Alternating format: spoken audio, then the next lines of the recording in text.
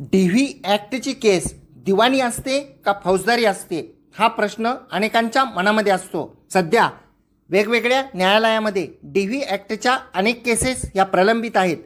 तर ती केस ही दिवाणी आहे का फौजदारी? तर ती केस दिवाणी आहे का फौजदारी? जर ती केस फौजदारी आहे असं म्हणायचं झाल्यास जेव्हा DV ॲक्टची केस दाखल केली जाते त्यावेळी प्रतिपक्षाला नोटीस काढली जाते आणि प्रतिपक्षाचे म्हणणे घेतले जाते।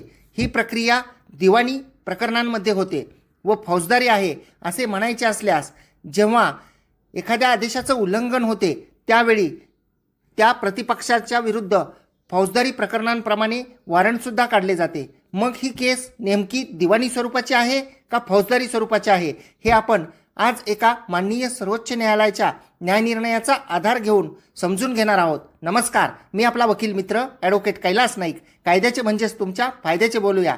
कुटुंबातील लोकांनी अन्याय अत्याचार केला म्हणून DV ॲक्टखाली माननीय फौजदारी न्यायालयामध्ये पती व कुटुंबीय यांच्या विरुद्ध केस दाखल केली जाते।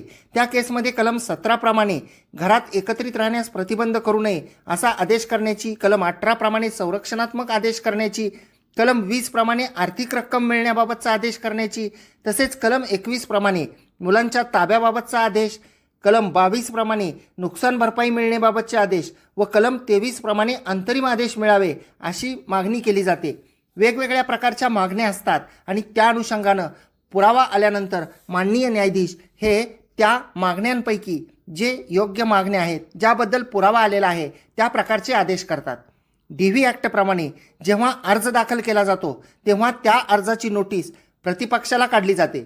प्रतिपक्ष नोटिशीप्रमाणे हजर राहिले नाहीत तर त्यांच्या विरुद्ध माननीय न्यायालय योग्य ते एकतर्फा आदेश करतात व केसची सुनावणी पुढे सुरू होऊन ज्यांनी अर्ज दाखल केला आहे त्यांचा पुरावा घेऊन पुढील योग्य ते आदेश करतात।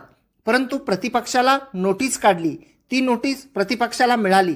प्रतिपक्षाला नोटीस मिळून सुद्धा जर प्रतिपक्ष हजर झाले नाहीत तर माननीय न्यायालयाला प्रतिपक्षाविरुद्ध जामीनपात्र वॉरंट काढता येणार नाही। DV ॲक्टची केस ही त्याची अंतिम सुनावणी होऊन निकाल होईपर्यंत दिवाणी केससारखी चालते। जेव्हा माननीय न्यायालय हे त्या केसमध्ये कोणताही आदेश पारित करतात व प्रतिपक्षाने त्या आदेशाचे उल्लंघन केले तर फौजदारी प्रकरणांप्रमाणे त्या केसची, त्या आदेशाची अंमलबजावणी केली जाते व फौजदारी प्रकरणांप्रमाणे ती केस सुरू होते। आदेशाचे उल्लंघन केल्यानंतर कलम 31 प्रमाणे दंडात्मक कारवाई करण्याची तरतूद आहे, म्हणजेच फौजदारी कारवाई सुरू होते व कलम 32 प्रमाणे त्याची दखल माननीय फौजदारी न्यायालय घेऊ शकतात। परंतु केवळ DV ॲक्टखाली केस दाखल केली, प्रतिपक्ष हजर झाले नाहीत म्हणून त्यांना जामीनपात्र वॉरंट काढता येणार नाही असा महत्त्वपूर्ण निर्णय माननीय सर्वोच्च न्यायालयाने आलिशा बेरी विरुद्ध नीलम बेरी या केसमध्ये, ज्या केसचा क्रमांक आहे ट्रान्सफर पिटिशन क्रिमिनल नंबर 856/2024 आणि या केसच्या निकालाची तारीख आहे 3 जानेवारी 2025। म्हणजेच या केसच्या माननीय सर्वोच्च न्यायालयाने दिलेल्या निष्कर्षावरून जी DV ॲक्टची केस असते ती केस ही त्या केसचा अंतिम न्यायनिर्णय होईपर्यंत किंवा त्या केसमध्ये माननीय न्यायालय जेव्हा एखादा अंतरिम आदेश पारित करतात तोपर्यंत ती केस ही दिवाणी स्वरूपाप्रमाणे चालते। आणि जेव्हा एखादा आदेश होतो आणि त्या आदेशाची अंमलबजावणी जर का प्रतिपक्षाने केली नाही तर त्यांच्या विरुद्धची जी कारवाई करावयाची असते ती कारवाई ही मात्र फौजदारी प्रकरणांप्रमाणे करता येते, कारण त्यामध्ये पेनल्टीची म्हणजे दंडात्मक तरतूद करण्यात आलेली आहे। आपल्याला जर ही माहिती आवडली असल्यास या माहितीला शेअर करा।